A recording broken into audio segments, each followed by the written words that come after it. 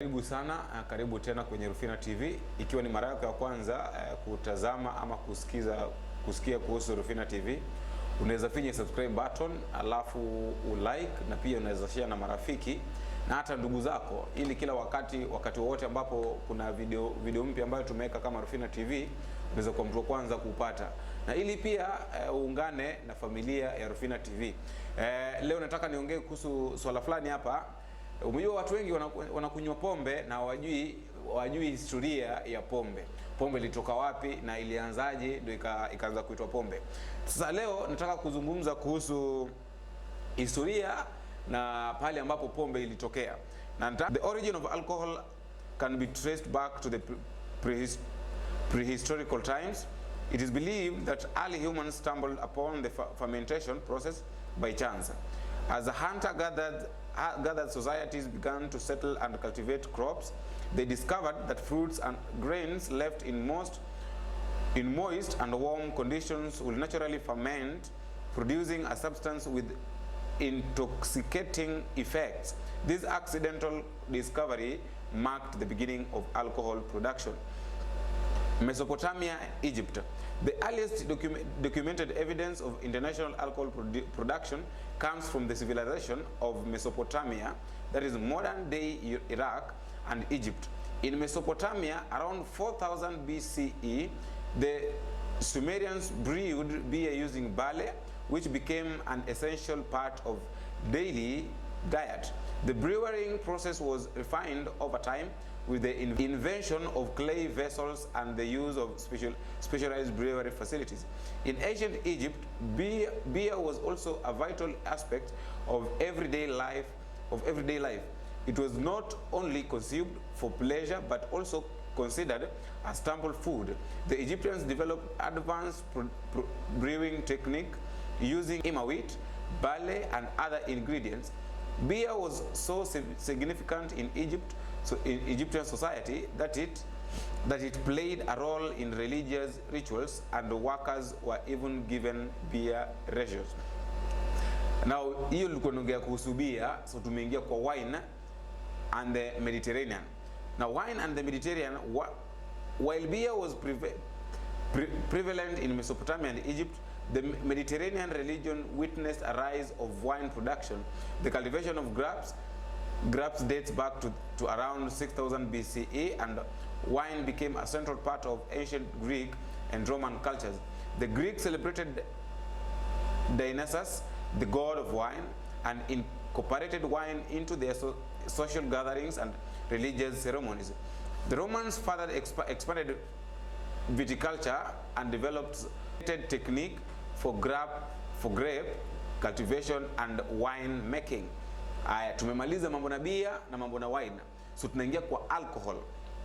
Alcohol ilikuwa Asia, na hivi ndivyo alcohol, kinywaji cha alcohol kilianza. In parallel with the developments of Mesopotamia, Egypt and Mediterranean, alcohol production spread to various parts of Asia. China, for instance, has a rich history of alcohol production dating back to the Neolithic period. Fermented beverages made from rice, honey, fruits, and other ingredients were common. Traditional Chinese alcohol such as rice wine continues to be significant in the Chinese culture today. During the Middle Ages, Europe experienced significant advancement in alcohol production, particularly in the art of distillation. Distillation, the process of separating. Now, distillation, so this is the process of separating alcohol from fermented mixture, allowed for production of stronger and more concentrated spirit. The Arabs alchemists played a crucial role in refining distillation techniques and spreading their knowledge to Europe. This led to the creation of spirits like brandy, whiskey, and gin. Colonial era and global expansion. The age of exploration and colonial expansion in the 15th to 17th centuries brought alcohol to new corners of the world. European powers introduced alcohol to the Americans, Africans, Asia, often using it as a tool for trade and colonization. Native population population in these regions had their own fermented breweries, such as pulque in Mesoamerica and palm wine in Africa, which coexisted with the newly introduced spirits, prohibition and regulation. The 19th and the early 20th centuries witnessed movement against alcohol consumption culminating in the prohibition era in the United States from 1920 to 1933. Prohibition was an attempt to curb social issues associated with alcohol abuses, but led to unintended consequences such as the rise of illegal production and organized crime. Eventually, prohibition was repealed and alcohol became regulated with laws controlling production, distribution and consumption. Now, tukimalizia mambo na vinywaji, hivi ndio vinasema. The history and origin of alcohol reflects its deep-rooted connection to human civilization, from accidental discoveries to intentional production. Alcohol has evolved alongside human culture, contributing to social interactions, religions, rituals, and economical development. Despite its complex history, alcohol remains a significant part of many societies today. Now, tunajua kwamba watu wengi wanakunywa pombe na hawajui pombe ilitoka wapi. Wanaongea kuhusu beer, wanaongea kuhusu wine, na wanaongea pia kuhusu vinywaji tofauti. Na hapa tumepata kwamba ukiangalia penye beer ilitoka, haya wine yenyewe ilitoka kule Mesopotamia na kule Egypt.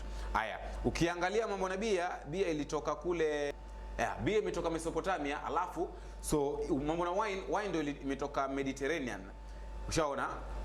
Mediterranean, alafu alcohol, sasa alcohol yenyewe imetoka Mesopotamia. So tunaona at least angalau ukinywa kinywaji kama kichakulewa hivi, unafaa kuelewa hiki kitu ambacho na kinywa kimetoka wapi, origin yake yenyewe imekuwa wapi, yani backbone yake imekuwa wapi. So hiyo ndio mambo nilikuwa nataka nikuletee leo kama Rafina TV, ujue mambo na ukinywa wakati unalewa, wakati unakunywa kinywaji, unafaa kuelewa hiki kitu ambacho na kinywa kimetoka wapi, yani kimetengenezwa nani, nimetengenezwa wapi.